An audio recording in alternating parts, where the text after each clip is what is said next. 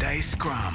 And welcome everybody to the Monday Scrum. My name is Anthony Maroon. Joining me for the Scrum today, we've got a couple of rugby league legends. Both have had a crack at rugby league here in Australia in the NRL and the Super League as well. The great Jason Demetriou. Welcome, JD. Thanks, Maroon. Nice to see you, mate. You too, mate. In the Fair Dingham department, we get so much good feedback about you here on Triple M and Listener.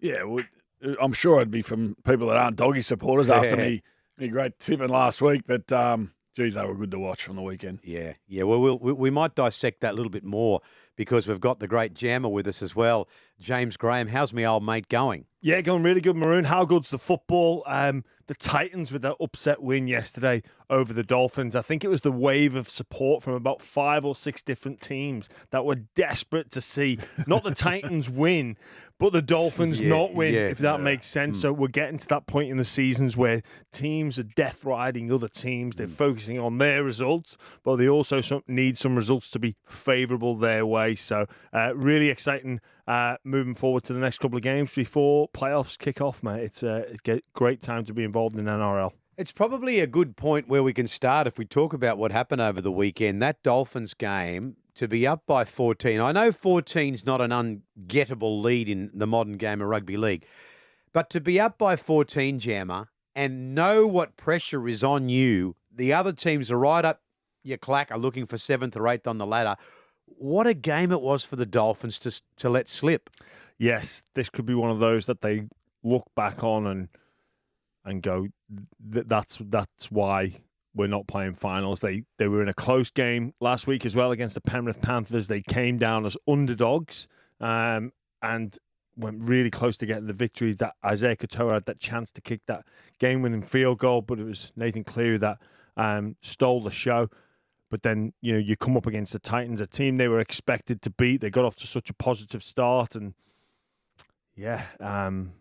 you've got to be in the contest for 80 minutes. We know that, especially when you play a team like the Titans, they've got points in them. Like, they're a team that you can't just phase in and out or assume that the job's done. We saw the Brisbane Broncos fall into that trap when they played them earlier on in the year.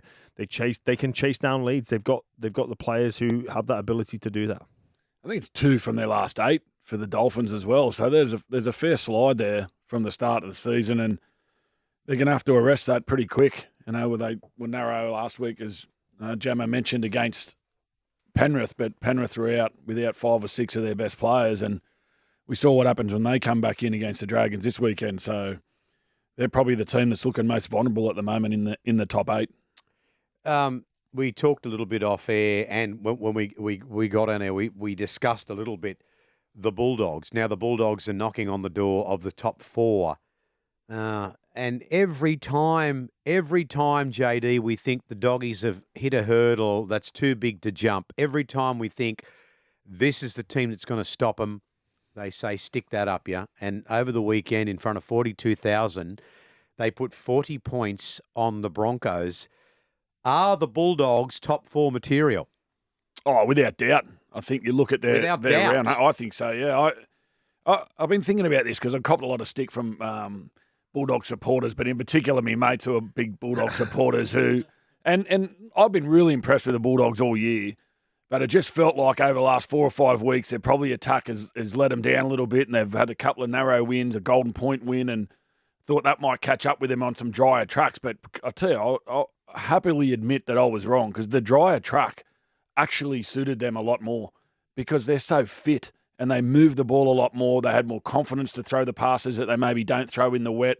And they literally were the entertainers on the weekend. They were the team of the round for me. And you look at their draw coming home, they're playing all the teams that are fighting for a top 8 spot. So if they take points off them, they're just going to keep going in the direction they want. They got Canberra, Dragons, Dolphins, which is going to be a huge game, Warriors still fighting for the 8. And then a game against potential top 4 with Manly in round 26, and they finish it off potential top 4 battle again in round 27 against the Cowboys. So it's in their hands, the Doggies, and you cannot be anything other than impressed for what they're doing at the moment.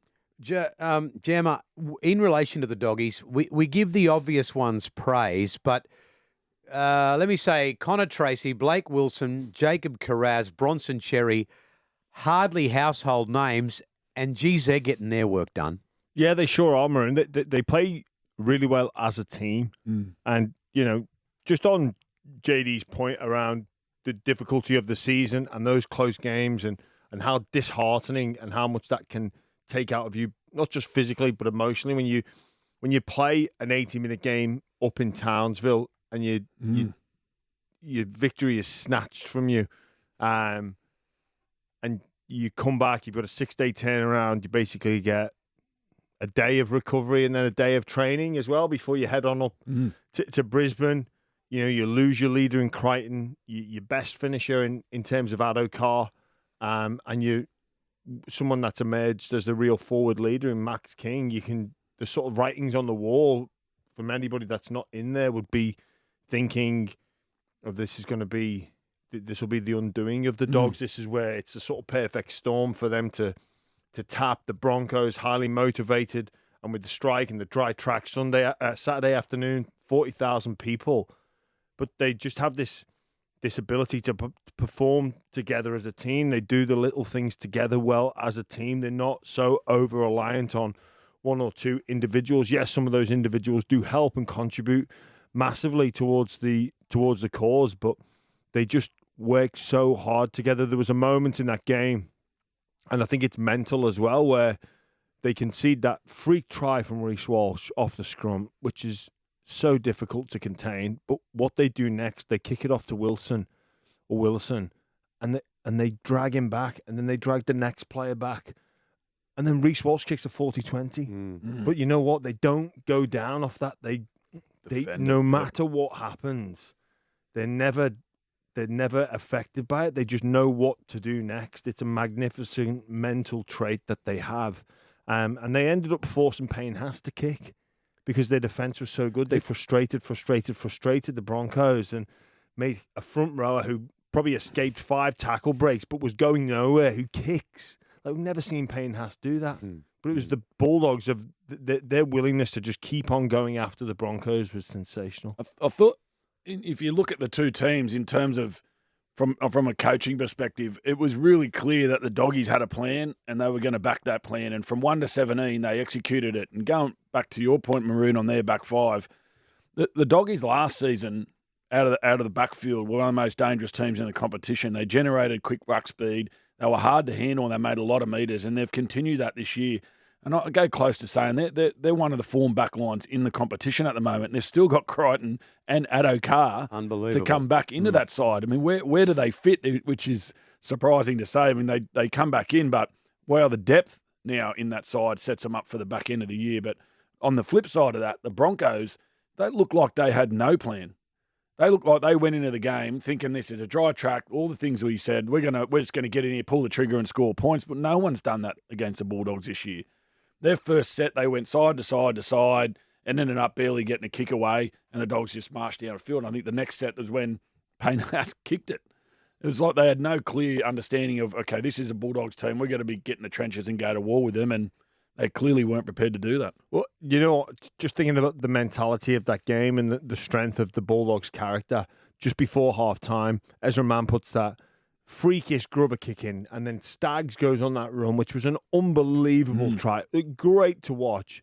Just at 16-10, all the momentum with the Broncos. They couldn't have been in a better position there to come out second half. And you'd think not only that, the Bulldogs would be deflated, but they weren't. They just nothing seems to faze them when they come up against something like that. I've been part of teams that would be the catalyst for a second half comeback from the opposition, but they just have this ability to just move on, focus, and do positive actions. It's incredible, and the Broncos is mind-boggling. I've spoke to so many people about this and just can't seem to put the finger on the one particular issue, whether it's a number of issues, but they are a team on paper, despite the injuries, despite the toll of State of Origin, that should be playing finals, and they're not. Absolutely. Well, it certainly doesn't appear like they will. Nah, they're done and dusted now. Indirectly, we stick with the Bulldogs here now, and when I say indirectly, Stefano Utoikamanu has now finished at the Tigers. It's public.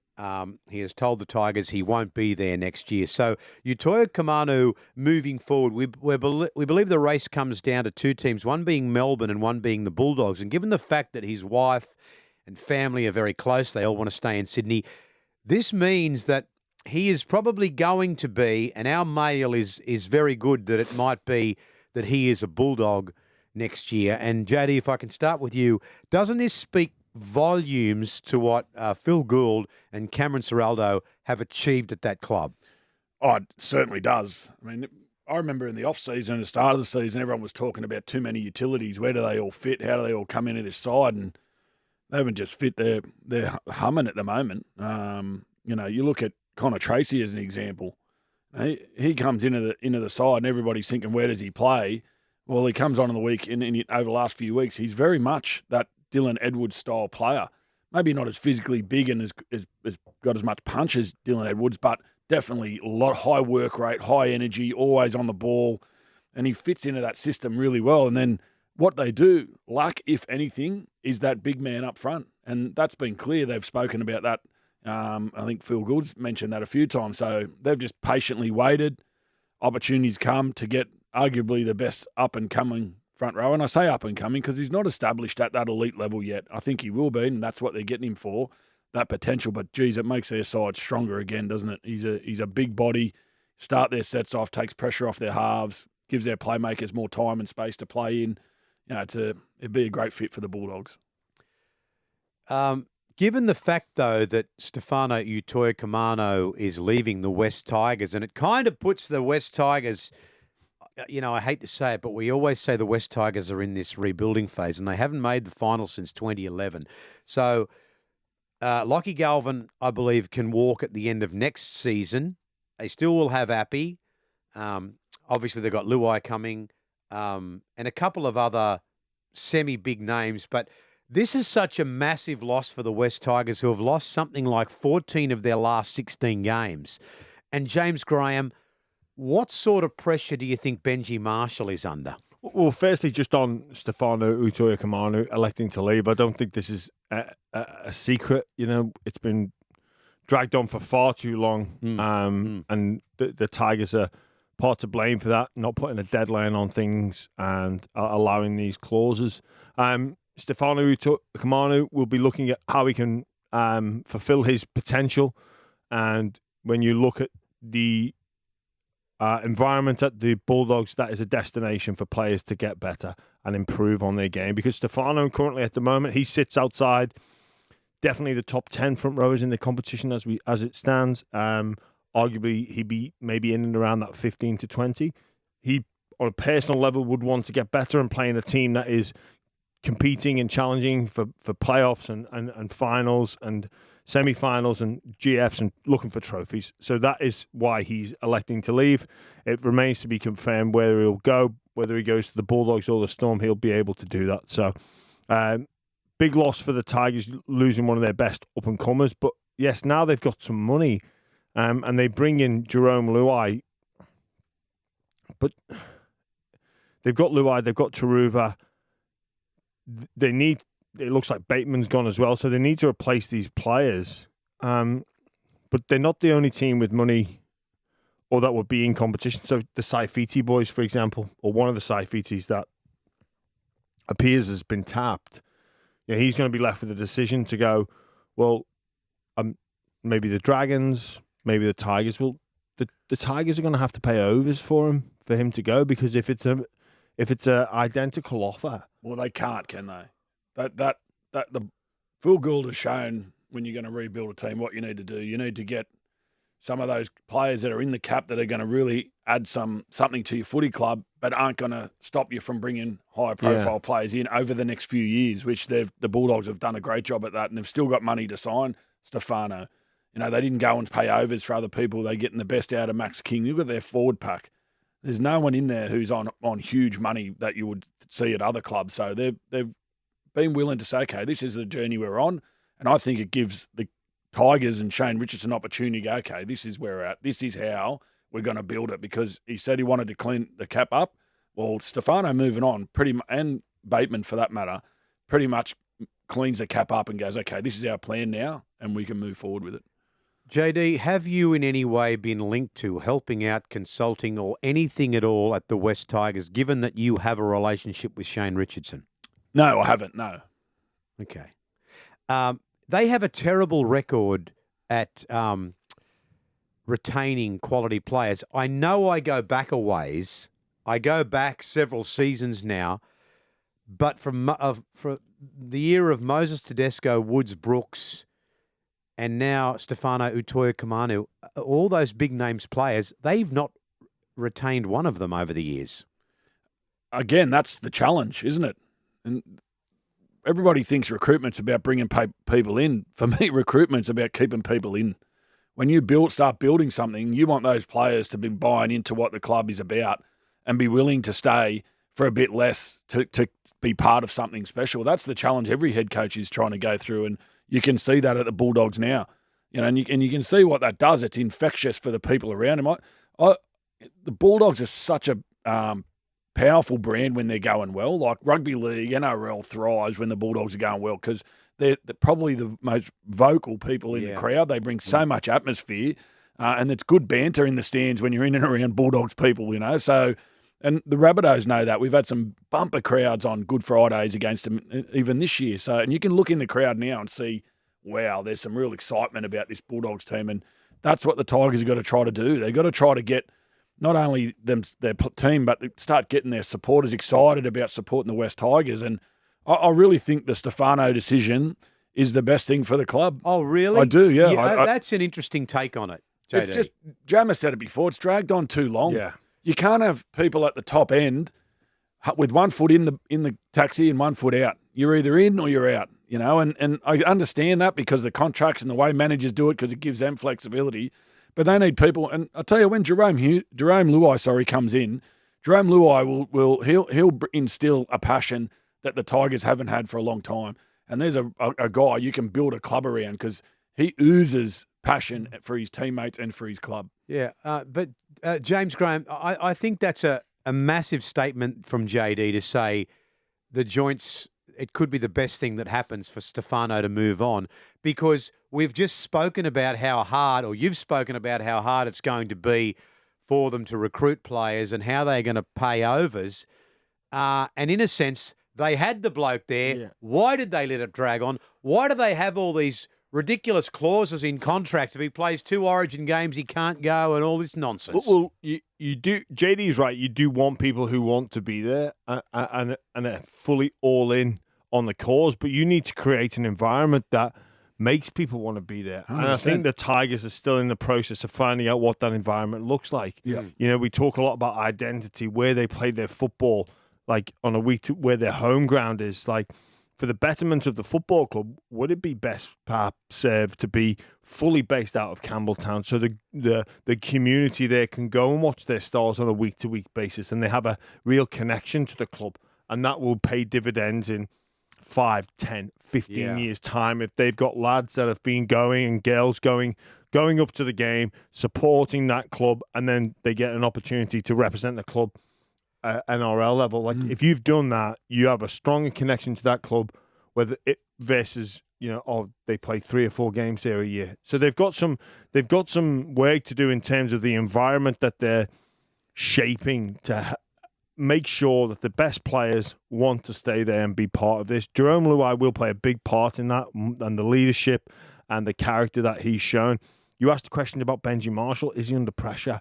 I think the pressure will really be on at the start of next season because this is his first year in charge. He's cutting his teeth. It's almost a bit of a free hit this year. But I think, as the games start ticking over next season, this is where the pressure will really be applied. The problem, though, is it will be, as a head coach, from the board and CEO, they want to know that you create an environment that the best players want to stay. But remember that they, in my view, have offered Stefano overs for what he's worth right now. So they've shown that they really want him here. It's not come down to money. They've offered him a great contract, and he still wants to look around. For me, as soon as he says, I want to look around, that's done. Okay, we move on. That's okay. So, like I said, Shane Richardson inherited that. when he came to the Tigers. He inherited a lot of these contracts. Now we get to see Richo at his best. And Richo, as a rugby league administrator, he's been doing this a very long time. And now he's got almost a blank canvas to go, okay, I've got some key personnel in here. Now I can build this team the way we want it over the next 2 or 3 years. Which is exactly what he did at Souths. Got him out of the red, back into the black, moved him to Homebush, won him a premiership. And, well, you don't have to sell me as a fan on what Shane Richardson can do to a football club. I guess the only thing in closing here is people have to shut up and listen. You know, the board's going to have to shut up and just follow him. Boys, let's move on to the next item on the agenda. Val Holmes has been given permission to look around and leave the North Queensland Cowboys. Immediately, James Graham, he gets linked with the Dragons because of Shane Flanagan. It seems a marriage made in heaven. Yeah, that would certainly be they'd be the favourites to go. Val Holmes is a quality player, state of origin player. Shane Flanagan's worked with him before, so he knows exactly what he's going to get from him. I guess the big question for me is where would he play at the Dragons? Yeah. So, possibility of fullback. Obviously, we saw Sloan drop this week, but has re-signed for the club till 2026, I believe. Yeah, going to be an interesting one about where Val Holmes fits in the back line. Yes. Like he probably, I don't know if it's unfortunate, but he can play anywhere. Centre, wing, fullback, what's his best position? Yeah, sounds like a good quality problem to have, JD.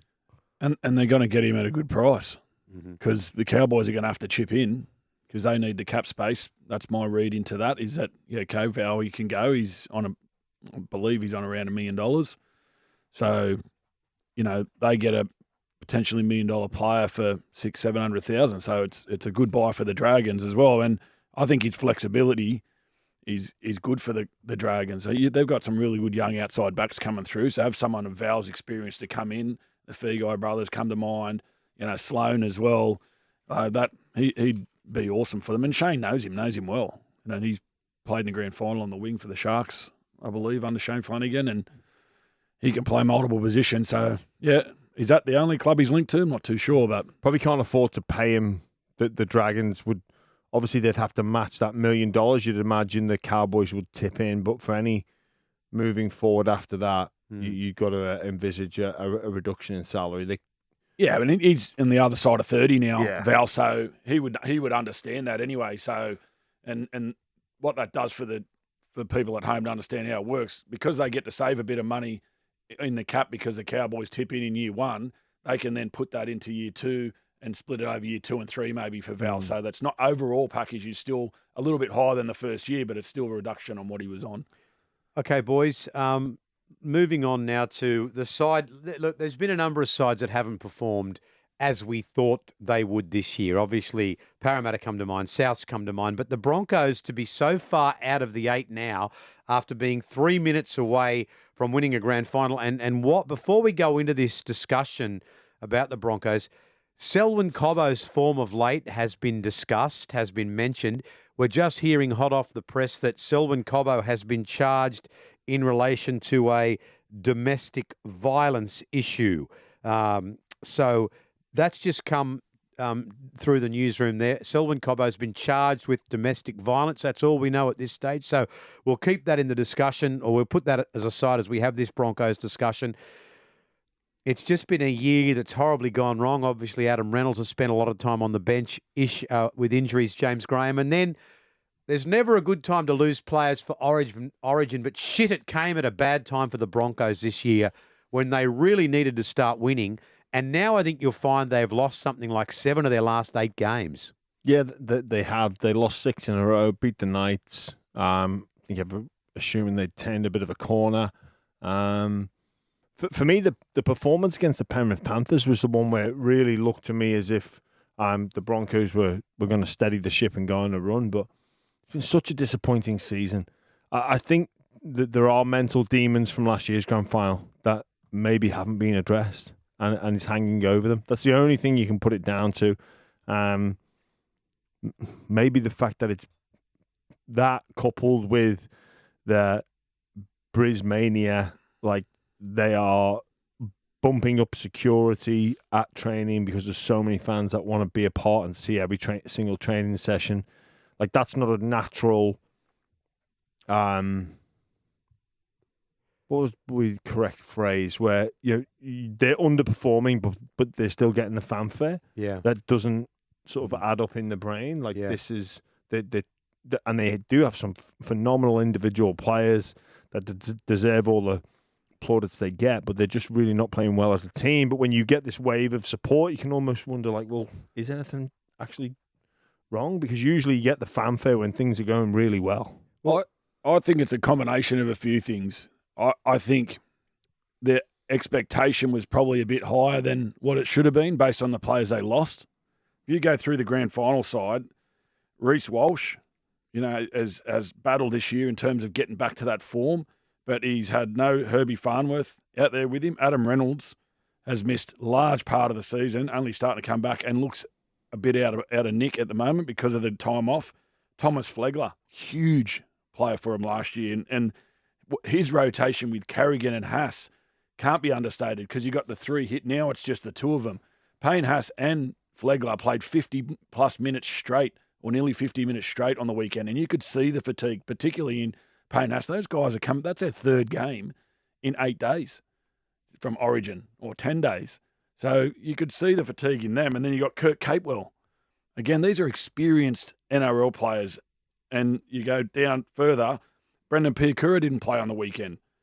Keenan Paliseo, another one. So there's like 6 players that aren't in that side that were there last year. And a lot of those guys are highly experienced players. So now they're not winning and there's a bit more pressure on them. You're now relying on these young guys. And I think what it looks like is they're just hoping those experienced blokes, those Origin blokes, are going to do enough to get them through. So Reece, look at their tries they scored. Reece Walsh, individual brilliance. Katani Staggs, off an Ezra Man kick, individual brilliance. He's run 60, beat 4 blokes. But other than that, they look like a team who had no idea what they were doing. So for me, it's about the roster changes and the pressure that put on them to start the year. And I don't think they've addressed the fact that those guys aren't here now. We've got to work hard. We need to be prepared to break teams down, play tough. Just haven't feel like they're ready to do that. JD, some of the things you mentioned there, does that make this year or last year's grand final loss even worse in their eyes? So sometimes things happen in life and you move on from them, but then new knowledge comes to the future and you look back and it's even worse, or it's not as bad as what it was. And maybe the fact that they realized they were so close, they've sort of addressed it, but then now they're realizing just how rare that opportunity was and how much more of a mental tax that is when you go, geez, the Stars really did align last year and it is bloody hard to get even close to winning a premiership. And you know what? It makes it even harder to overcome the fact that the Stars did align. Walsh was in amazing form. Reynolds in amazing form. They had the 3 strike players playing in the middle. They had a multitude of things go their way. And now they, like, at different points in time, you look back and go, well, oh shit, that was even worse because it's way harder than we maybe even thought it would be. Yeah, I don't think losing don't get me wrong, losing the grand final is hard, right? And someone like Adams lost 2 of them narrowly in the last 3 years, so he would take that hard. But that's not been his issue. I know Adam well, and Adam wouldn't be thinking about the grand final. He'd have put that well and truly away. But what's happened is they haven't been able to get some consistency in their selection to try to get the momentum that they created in 2023, and they just feel like a team who thinks. I don't think they understood the value those guys brought to their team. They thought, that's okay, we've got these blokes coming in. But, Herbie Farnworth played for the Dolphins on the week. If he's not on the field, that game's well and truly over a lot earlier. Like, he's that good. He walks into any team in the NRL, Herbie Farnworth, and so does Flegler, for that matter, and so does Capewell. So they're 3 massive losses. Yeah. And then for me, they needed to go, okay, boys, this isn't just going to happen. We've got to play tough. And you look at the first couple of sets on the weekend, there was no sign that they wanted to work. For me, if I'm watching that game, I'm going, the Bulldogs are down a few forwards. This is the area where we got to put some fatigue into them with our big men. There was no intent to do that whatsoever, which for me, they missed a trick there. But it sort of sums up where they're at. They're just going to get the ball, their key players, and score tries. Yeah. Or it's just not happening. Okay, boys, let's do this. Now, the WTF moment. Yeah, well, the WTF moment, boys, just a quick one from me. Alex Johnson injured against the Raiders, and Alex Johnson misses the rest of the season for Souths, and he's only like 18 tries away from being the highest try scorer of all time. That's going to really make that a little bit more of an uphill battle now, I think. But just as a rugby league supporter, and that's all I am, of the Rabbitohs. So that's now Campbell Graham, Jai Arrow, Shaq Mitchell. I'm going to miss a few here, JD. Campbell Graham, Jai Arrow, Shaq Mitchell, Latrell Mitchell, Totola, Tyrone Munro, Alex Johnson. That is more than half a side out injured, and that's half the woes that they've had at Rabbitoh territory this year. That's my WTF. I'm certainly feeling that WTF, mate. My WTF is what's in the water in Penrith. Yeah. You know, Jess Fox this morning, early hours, won her gold medal in the K1 for Australia, and the first Australian to win a medal in 4 consecutive Olympic Games. What an achievement. Phenomenal, isn't it? Mm. And especially in a sport that requires so much physicality. You know, that's hard work, that rowing sport, the kayaking or canoeing. So to see her win that gold, and you could see how much it meant to her, but to do it over 16 years and then throw in the Penrith Panthers, who won 3 premierships in a row, you got to wonder what's going on out there. So the WTF is what is in the water in Penrith. That's a good one, JD. Fiamma? Yeah, sticking with the Olympics theme, and just how coaches will go, what degree they will go to get a leg up on their opposition, find out that little bit more information. Well, Bev Priestman, the Canadians' women's soccer manager, got a drone out, spied on the New Zealand team. Don't know how she thought they were going to get away with that. They've been docked points. I think she's facing a year out. There's a multitude of people involved in this, but yeah, look, I've heard of some crazy thing that coaches do to try and get a competitive advantage, but don't know how you think you're going to get away with flying a drone. I can remember being at Bulldogs and we thought there was a Madge Maguire when he was at South had sent one of his spies, so we confronted him and he ran off. Yeah. So, yeah. I got a funny story on that. We were playing the Dragons in the week 1 of the finals when I was at Brisbane in 2018, and I think they were training down at East Tigers there. Yes, doing we a captain's were. run. And our wellbeing manager, Walshy, I won't say why he went, but he went to watch training, came back and reported in that Gareth Widdop was playing fullback. And I said, no, he's not. Yep, he's playing fullback. So we tipped the boys up. He's playing. I said, there's no way, Gareth. He's playing fullback. Anyway, the team comes out. We get out on the field and look at Walshy. What are you talking about? He goes, oh, he's sweeping all the time. I said, that's how they play. He's a 5'8". So we've told the whole team. We've sent the well-being man to watch training, and he's come back and told us Gareth Widdop's playing fullback. Walshy, you're an idiot. Thanks, Walshy. We're going to name a segment after you, Walshy. All right, boys, just to wrap up, the finals race heats up. Obviously, we've mentioned it already, but with the Dragons and Dolphins losing, it really brings the Raiders into the contest.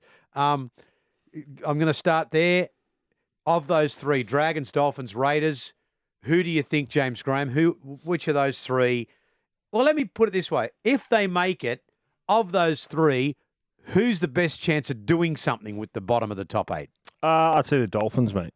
Mm-hmm. Yeah, the Dolphins. They've they had a really strong start to the year. They've sort of faded a little bit as the degree of difficulty has increased in the draw.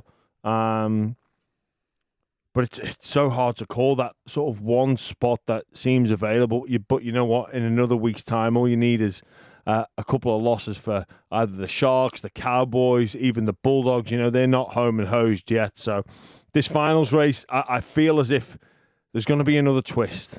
Really? Yes, we've got so much time to go. I feel as though there's another big twist coming. But wouldn't you think, though, Jason Demetriou, like mathematically, the Warriors on 21, but they're not going to make it. You'd think there's probably 11 sides left, ending off at the Knights. But well, hang on. What? Why so? Well, it's just whether or not they can make it or not, mathematically, are they going to have what's required to make it? I mean, are they going to all of a sudden turn their season around? Usually it's 13 wins get you in. I've been playing a little bit on the ladder predictor. 12 might this year. 12. I think you might be right. Points difference is going to be crucial. 12 might just sneak you in. You look at the Dolphins, though. They've got the Roosters, Warriors. They've got the Bulldogs, the Storm, and the Knights away, and the Broncos. That's an extremely tough run home. So they've got to win, 3 more out of that? That's going to be hard. Just to be clear, who are we talking about here? The Dolphins. Yep. The Raiders have still yet. They've got a bit more control because they're playing teams that are in and around them. So if they take points off them, they can climb up the ladder. So they start, is it the Bulldogs this week? Yep. Sea Eagles, Cowboys. There's 3 teams just above them at the moment. So they win and they take the points off the mob that's contending with them. This is what I mean. There's some twists left. I'm telling you. Some twists. Yeah. There's so many teams that are playing each other. The results are going to be consequential. But you guys obviously know more than me on these matters. But the side on 11, the side in 11th is the Knights on 22. The side in 12th is the Warriors on 21. Now, given how shithouse they've been this year, we're suggesting, JD, you're suggesting, and you are an NRL coach, that all of a sudden these blokes are going to find their mojo with a month and a bit to go and make a race for the finals. Yeah, well, again, it's all going to be about, for me, it's over the next few weeks. So who's going to take points off each other over the next few weeks? So just look at next week's draw. All right, the Cowboys are playing the Tigers. The Cowboys go down there without Taumalala, who's out for an extended period with a fractured cheekbone, and Cotter is out as well with a HIA. So that's 2 big losses. But you'd expect them to win. The Warriors play Parramatta in New Zealand. So let's assume the Warriors win and the Roosters beat the Dolphins. The Warriors are now 1 point behind the Dolphins. Yeah. It's how quickly that 1 week can make a difference, and you go further down to the Storm are playing the Dragons. That's the Dragons we spoke about. That's a tough draw. And then we've got the Bulldogs and the Raiders. If the Raiders can upset the Bulldogs, they go within 2 points. Yeah. You know what, JD, when I was a kid growing up in Redfern, my uncle used to say, if my auntie had bollocks, she'd be my uncle. It's a lot of ifs, buts and maybes in there. But we'll see if you're right. You usually are. I don't see it changing a lot, the top 8, but as we saw last week, my predictions aren't the greatest at times, but I have said for a long time that I feel like the Dolphins, the draw would catch up with them. All right. And I feel like the teams that probably over the last month have started to hit a bit more form. Fogarty coming back for the Raiders has been massive. So the points difference, the Dolphins have got an advantage there. And there's a lot of those teams, JD, that would look back at history and show that going on a run of 4 or 5 consecutive wins is doable. The Newcastle Knights did it last year. The Sydney Roosters did it last year. The Warriors went on an incredible run before round 27 last year. So it's been done in the past. You need to go into the dressing room and see which playing group has the character to put that run together. It's incredibly difficult to do. We've mentioned the Broncos who are completely out of form. But if they address their issues and play as a team, there's nothing stopping them from going undefeated. But it's easy to say and very difficult to do. And how you approach that, do you talk about going undefeated? Do you take it week by week, day by day, session by session? These are all the things that the leaders within the group need to address, because you know what? It can be a bit cliche about, moment to moment, but it can be a bigger picture thing of, lads, we need to just find a way to get every single victory, look at the big picture and go and attack it like that. It's doable, and like I say, I just got a feeling with just how congested it is, and just how many twists we've seen already. Like, look at the Knights. They go Penrith this week. That's going to be a big ask in Penrith. And then they've got the Tigers, Sharks, Rabbitohs, Titans, Dolphins. and then even that, you know what, JD? Even that, like, how many of those Knights players are sat there going, "We'll be sweet after this week"? Yeah, right. You know, and these are some of the things that players think about. They look ahead, and, you know, Especially this time of year. Maybe they're at the Knights. It's like they're a bit of we need to focus on the now and not worry about next week and after Penrith. Yeah. All right, boys, we will leave it there. Thank you so much for coming in for the Monday Scrum. Jason Demetriou, always a pleasure. Thanks, Maroon. And my old mate James Graham. We'll see you over the weekend. I welcome you, Maroon, to the Monday Scrum. Hey, never mind about that. Where's me bloody Greek cakes you're bringing in? There's no Greek cakes. It's on order, the Gala de Bulco. Hang on, it's on order. You said you were making them. Yeah, for the next game. You know what? I don't know about you. You've got hairy knuckles. I don't want you making cakes for me. Thanks, everyone. Oh, mate, we forgot Reedy's mail, which was a brilliant segment last week. But I will save it for next week. Yeah. I'll have to do some. I think Stefano's on the move. Yeah, yeah. Reedy's mail. Stefano's on the move. Expansion again for any imminent announcement. Jack Baird remains to be seen where he'll end up, but he'll have a couple of clubs after him. Yeah. Thanks, everyone. That's great.